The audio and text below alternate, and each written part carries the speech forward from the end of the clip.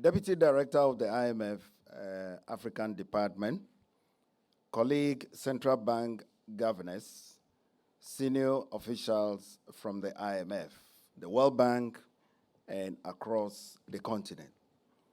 Of course, I acknowledge our invited guests and ladies and gentlemen. Good morning. On behalf of the Bank of Ghana, it is a pleasure to welcome you to Accra and to the Bank Square. The Bank Square is our new head office situated in the heart of the capital. I hope you will also take some time in the 2 days you are spending here, that you will find time to explore our vibrant city of Accra. Accra has lots to offer. Our culture, our hospitality that we are known for, and the energy that continues to shape Ghana's modern economy. Today's seminar, I must say, marks a welcome shift from virtual exchanges to in-person dialogue, which is a valuable opportunity to deepen the collaborative work that began last year with the launch of the Sub-Saharan African Central Bank Network on CBDCs and digital payments. Now, this forum is uniquely positioned to tackle some of the most urgent and complex questions around the digital transformation of our financial systems, especially in relation to remittances, in relation to compliance, and in relation to interoperability.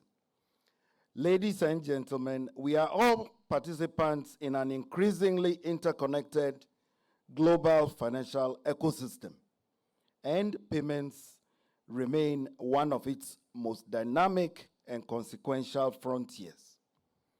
Across Africa, we are witnessing now an acceleration in digital innovation, and this is fueled by infrastructure upgrades, evolving consumer expectations, and the growing influence of both fintechs and non-bank actors. Cross-border payments in particular, you'll agree with me, hold immense potential to drive inclusive growth and support livelihoods. Yet, these continue to face multiple frictions, high transaction costs, slow processing times, limited transparency, and inadequate interoperability. These challenges arise from a patchwork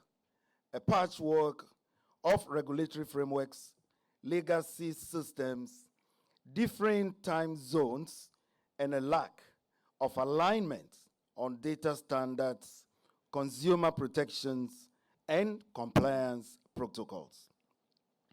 For our continent, ladies and gentlemen, the stakes are quite high. Remittances often are lifelines for our families, but these remain costly and inefficient. Small businesses struggle with the high friction of cross-border trade settlements, and regulators face growing complexity in balancing openness with oversight. At the Bank of Ghana, our response has been to champion regional cooperation and responsible innovation. Ghana's active participation in the Pan-African Payment and Settlement System, or what we call the PAPS, reflects our commitment to building scalable infrastructure for intra-African payments going forward.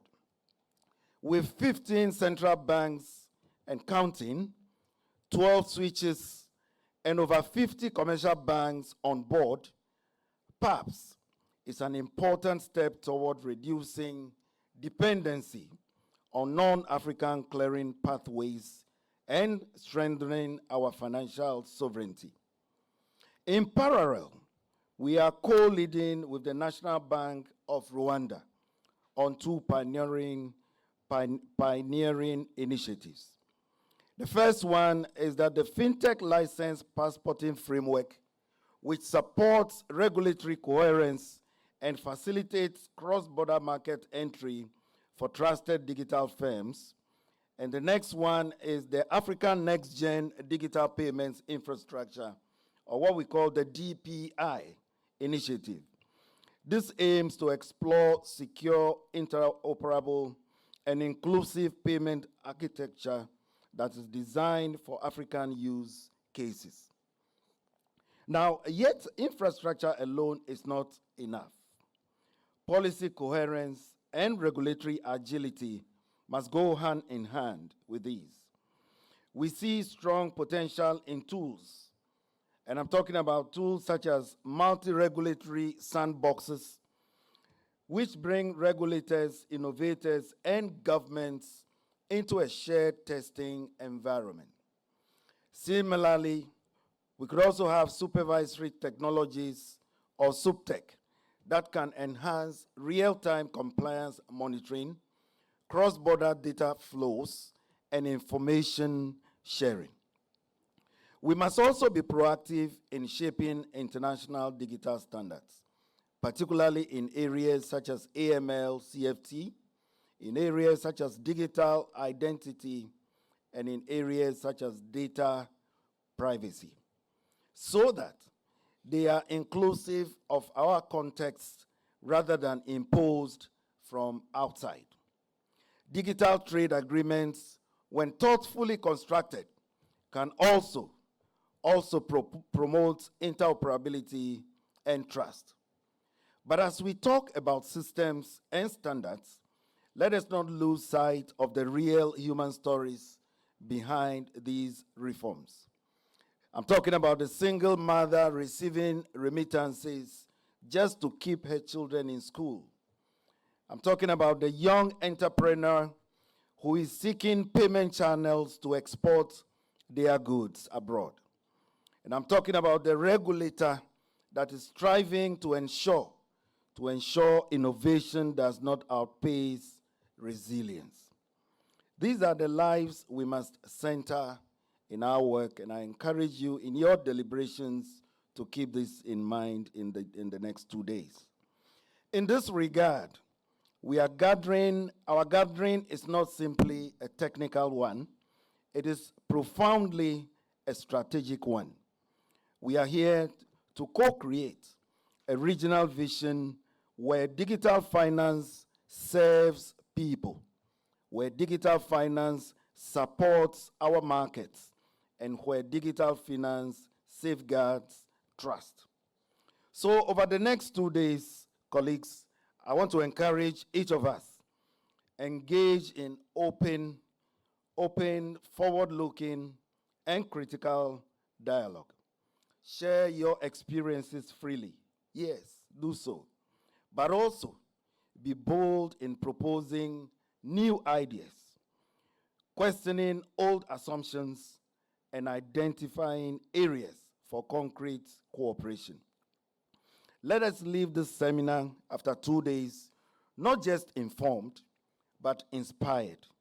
Inspired to strengthen our cross-border payments, inspired to elevate compliance practices, and inspired to build a truly interoperable African digital economy. I thank you once again for your presence. Enjoy Accra and enjoy this program. I thank you very much.